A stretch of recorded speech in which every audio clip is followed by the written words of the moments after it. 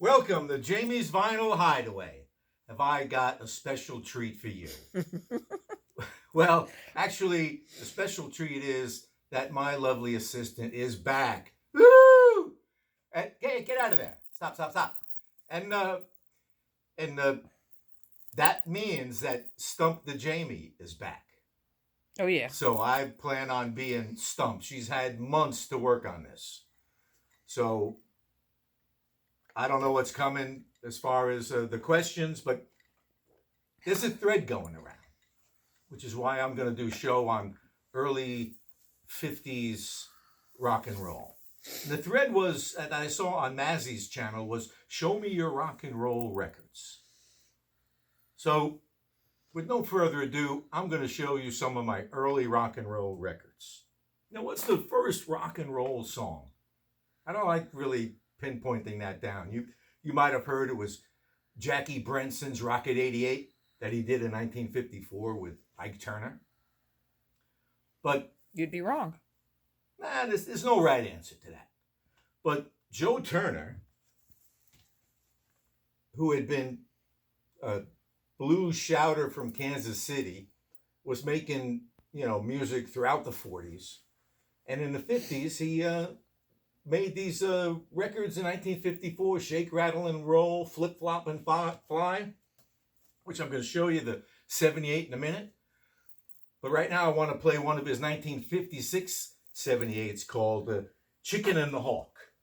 You might recognize. Chicken and the Hawk. Yeah, Chicken and the Hawk. Here's a little bit of Chicken and the Hawk. Over you for that hawk, sweet dog. You take me up, hawky, take me up in the sky. You take me up, hawky, take me up in the sky. I'm just a little bitty chicken and I don't know how to fly. Little up and away, we gonna fly all day. Up and away, we gonna fly all day. Up and away. Now, back in the early 50s, 78s is how people got their music. The LP hadn't. Oh, we're gonna stump the Jamie already. The LP hadn't become popular yet, and 45s were just in their infancy. The 78 was the thing, and I got a stack of great 78s recently, and there's a lot of Joe Turner stuff in it. And Atlantic Records was one of the early record labels to do R&B. And they had Ray Charles, the Clovers, the Drifters, Clyde McFadder, and Joe Turner. Up and away, we gonna fly all day. Up and away. Sounds like Shake, Rattle, and Roll. Exactly, yeah. And Wow. Shake, Rattle, and Roll sounds like Flip, Flop, and Fly. This kind of stuff really influenced Bill Haley and the Comets. So I want to play a Bill Haley and the Comets 78 for you. But before I do, Stump the Jamie number 1. It says number 3 here. Ah, I see. We changed the order. Okay. Who had the first big hit with the song Hound Dog? Ha ha. The song Hound Dog. Elvis Presley had a huge hit with Hound Dog. You're stumped. But, I ain't stumped. No, but Big Mama Thornton had done it several years earlier. And You win the prize. she was great. She did a lot of great stuff. And just goes to show the blues influence in rock and roll. And down in Memphis, where, Not stumped. Elvis Presley was recording, blues was a really strong influence. Now, up in Pennsylvania, where Bill Haley and the Comets were from, they must have heard some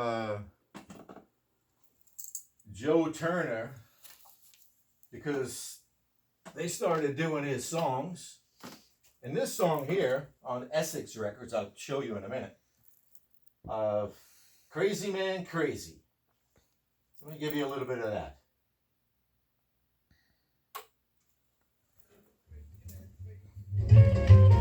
Crazy man, crazy. Crazy man, crazy. All that feeling's gone, said crazy man, crazy. A couple years later, Bill Haley and the Comets went to Decca Records. That's when they had the hit with Shake, Rattle, and Roll. And, of course, Rock Around the Clock.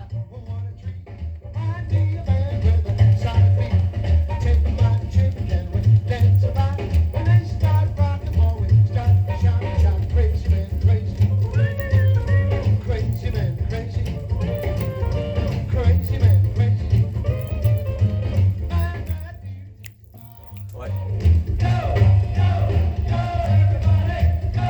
That's a catchy tune. Rock and roll, man. You know, he can start yelling and hooting and hollering and doing guitar solos. He had a great guitar player, Bill Haley did. And Essex Records. The flip side to this is like a country song.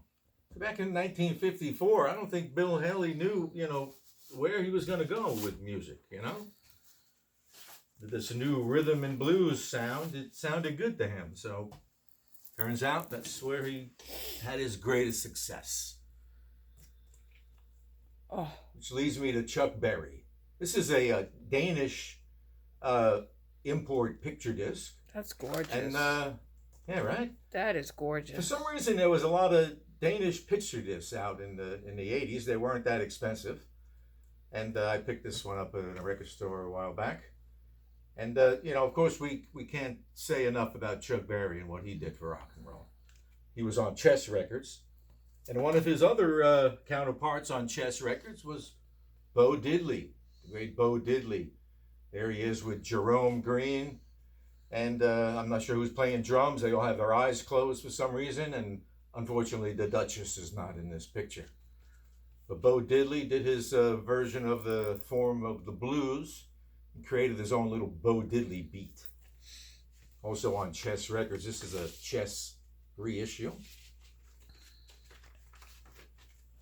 Which takes me down. That would have been up in St. Louis, Chuck Berry, and up in Chicago for Bo Diddley. And back down there in Louisiana, we had Fats Domino. I want to play just a little bit of Blue Monday from Fats Domino on Imperial Records, 1958. That's when the album came out, the greatest hits. And it just happened to be when Jamie's Vinyl Hideaway, I gotta change this back to 33 1/3. I'm gonna leave the 78 needle on there for the time being. That needle gets into these old records. This one's a little worn, so I'll just leave that needle on there for a minute. I'll give you a little Blue Monday. Oh yeah, 45 RPM now. That's not what we wanted. The That wasn't Chipmunks Alvin and the doing- Chipmunks? They probably did some Fats Domino tunes, no? Alvin and the I mean, Chipmunks yeah, swing. absolutely. Let's try that again. Friday I'll get my pay. Saturday morning, oh Saturday morning, all my time is there blown away. Got my morning in my heart, and I'm out on the stage to play. Sunday morning, my head is bad. Oh, it waited for the time that I've had, but I've got to get my rest, 'cause money is a man. Blue Monday. What do we know about Blue Monday? That's for sure. I tell you. Great. Fats Domino was great. A real humble man. And started way before, anybody knew what rock and roll really was. Another stump to Jamie already? There's going to be 3. This is number all right, 2. All right. We're gonna Try to keep all up. right. Try to keep up. This way. There you go. This. You can move on the chair. You can move. Oh, can all right. I can move. All right. What famous singer's stage name was a word? What? A word play on Fats Domino. Yeah. A word play on Fats Domino. Everybody So, knows this. This is like, come on, it's there. It's there, you got this. Famous singer's stage name. No, it's not Fats Domino. No, it's another famous singer. His stage name is a word play That- on. I can't believe I'm explaining the question. I don't know, and I'm not gonna spend a lot of time just going and trying to figure it out while you're like, I know this. So please make a little comment on the on my YouTube page.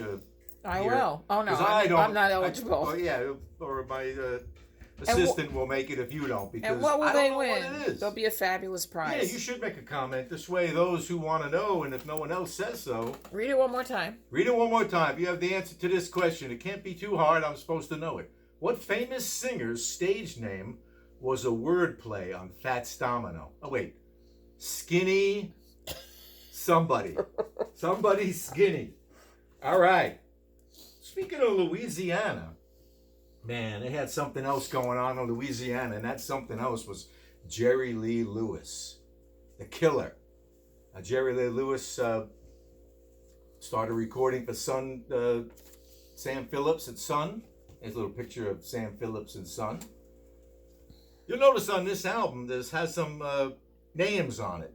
People in the old days would write their names on albums, and so when they brought it to the sock hop or their neighborhood party, they would get their records back. Look at his hair. And this was a gift to me from Maxine, and Maxine has her name on here. But then later on, I'm assuming later on, her and her high school sweetheart, who she later became her husband, she wrote in big letters, Maxine and Doug. Hi, So Maxine. anyway, to Maxine and Doug. Shout and out to Maxine. Thank you for this Jerry Lee Lewis album on Sun Records. Jerry Lee Lewis on Sun. Oh, I love the label. Ooh, this is thick. Some good stuff. Thick as a brick. So what do we got? Jerry Lee Lewis kind of leads me to another rambunctious young man. This time a guitar player, Eddie Cochran, very talented. Eddie Cochran was from Minnesota. I mean, this stuff is coming from all over the country. A lot of it coming from down south, but not all of it. Eddie Cochran from Minnesota wanted to do some rock and roll and learned how to play guitar, and I don't know what happened first, but this is on, there's a little note on here. I purchased this album inadvertently 4/17/1984, 24 years after his death. It actually says on the back of this, Eddie Cochran, born October 3rd, 1933, died April 17th, 1960. Never to be forgotten. For some reason, I bought this album on April 17th.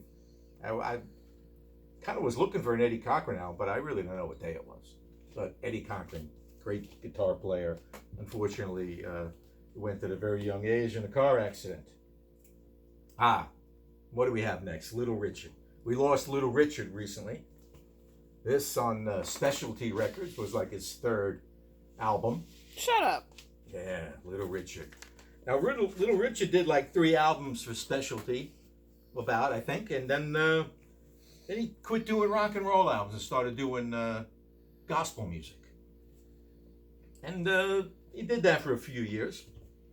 And then in 1964, he figured, look at his hair here. It's like, he figured out that he could, serve the Lord as a preacher and, everything, and still do rock and roll.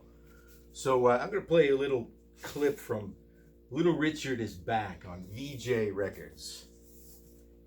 And this is Lordy Miss Claudy, a Lloyd Price tune. Good Lord, Miss Claudy. Yeah, you know that song. Well, Little Richard did it too. I'm going to play a little bit of that Little Richard for you. Lordy, Lordy, Miss Claudy. He does a lot of hoot and hollering on this particular Shut album. up.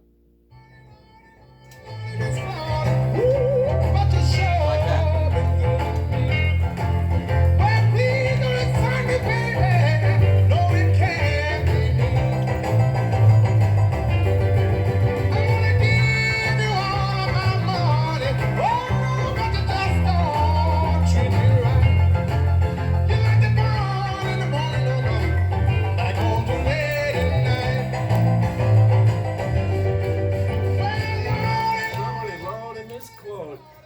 Let's take it down to Texas. Buddy Holly on Coral Records. Ooh, it comes with a nice little sleeve. Because you've never seen it before. Coral Records. This is the greatest hits. Probably came out after he died, I'm sure. But Buddy Holly, just a great rock and roll legend, and my only really old Buddy Holly album. I got to meet the guys in the Crickets once. That was pretty cool. Joe Golden and J.I. Allison.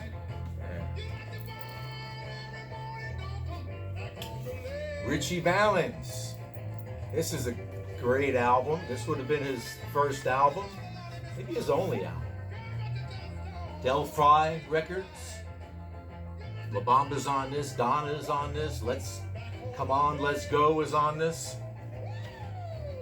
Great, also down from Texas, maybe one of the first Latino artists in rock and roll.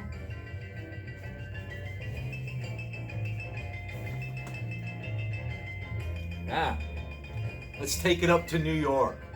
Now, New York, they're doing something else in New York. You know, they don't have a lot of those same influences with country music and blues music that they had down south. And a lot of their influences would have been vocal groups. And Dion had a great singer, and he did some solo stuff. Ooh, nice little sleeve on that. On Laurie Records, he went solo, left the Belmonts, and did some solo albums, had some big hits. He's still around up there in the Bronx. I don't know if he lives in the Bronx now, but that's where they were from. Dion DiMucci. Back down to Tennessee. Roy Orbison. My mother got this at a garage sale, brought it home one day, and I was like, I like Roy Orbison, Pretty Woman, you know, that's cool. But Only the Lonely, I didn't get it. It was just a little too mellow for me, and I wasn't quite getting it, but I played it again. You get it now. Oh, I get it now. I played it again, and it just kind of, it's one of those things, we have that aha moment. And I had that aha moment with Roy Orbison's voice. I mean, there's a reason why Elvis Presley thought this guy was the greatest singer in rock and roll. Now this album, on the, this is thick as can be. Monument, label out of Hendersonville, I think. I know Tennessee. that label. He did several for them on Monument, which leads me to Johnny Burnett and the Rock and Roll Trio. Out of Memphis. Tear it up. Oh, yeah. And maybe I should take the other song off the turntable first. You know, where does it go? You can see how that goes. Yeah. I always thought his name was Johnny Brunette. Johnny Burnett, My whole life. The Burnett family. There's a bunch of Burnetts. He's Dorsey Burnett was in the He's band, and I think Dorsey Burnett's I'm just son saying, is he's the a famous, brunette, but is it Billy? No, not Billy Burnett. The other Burnett. You know, the producer. You know who I mean. But this isn't about them. This is about freaking early rock and roll. And we're going to go out with The Train Kept A-Rolling. We're going out. Yes, we're going out with this song, Train Kept A-Rolling. I'm going to show you just one more thing. you have another stump. While that's going on. All right, one more stump to Jamie. And this is pertinent. Let's just get this stump to Jamie. All right, here we go. Last stump to Jamie. You were so stumped. What? Oh, You don't know this. No, I know. No, I you was don't know reading this. it. What was the name of Little Richard's band? Little Richard and the, Ooh, I know. Blue Flamingos or something. Little, it's on that other album. It's on. I can look at it you now. Can't. No, you can't. I can look at it. That's called cheating. And Cheating? Are you really that come on, kind it's of? right on that album there. Don't be that. Yeah, it was person. like Little Richard and the. Don't be that person. The Sultans of Swing. Yeah, right. Well, it's always the. Yeah, right. But it wasn't the Famous Flames. That was James Brown's group. But it was a name like that. What is it? Please answer the. I'm stumped again. Stumped again. Let's face it. This is like This is old stuff, man. You know, I forgot this He's stuff. stopped. Oh, look, there's paint on my head. All right, let's get a train kept a rolling. I called a train, I met a dame. She was a hefty and a real young dame. She was pretty from New York City. Now, this was a Tiny Bradshaw song.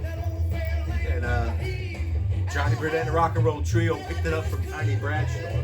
Matter of fact, the guitar player for this band, Paul Burleson, I'll tell you, an innovator. You know, Dave Davies was poking holes in his speakers, that little green amplifier, when they were doing Really Got Me. This guy found out that if the tube was a little crooked, not quite in good, that's good. God bless you. That it would make like a distorted sound, like this. All right, listen to this.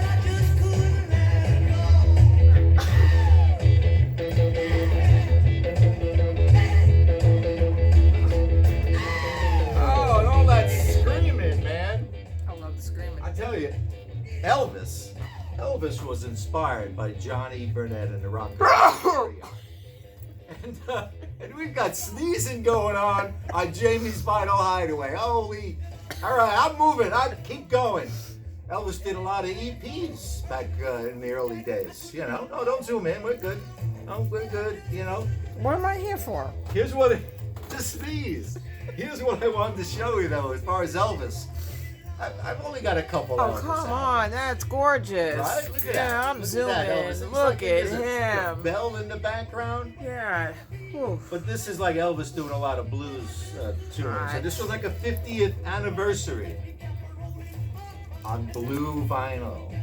I bought this in Graceland That's in the early beautiful. 90s somewhere. Beautiful. You know, so yeah, nice blue vinyl, 50th anniversary of his birthday. So here goes, whenever he goes.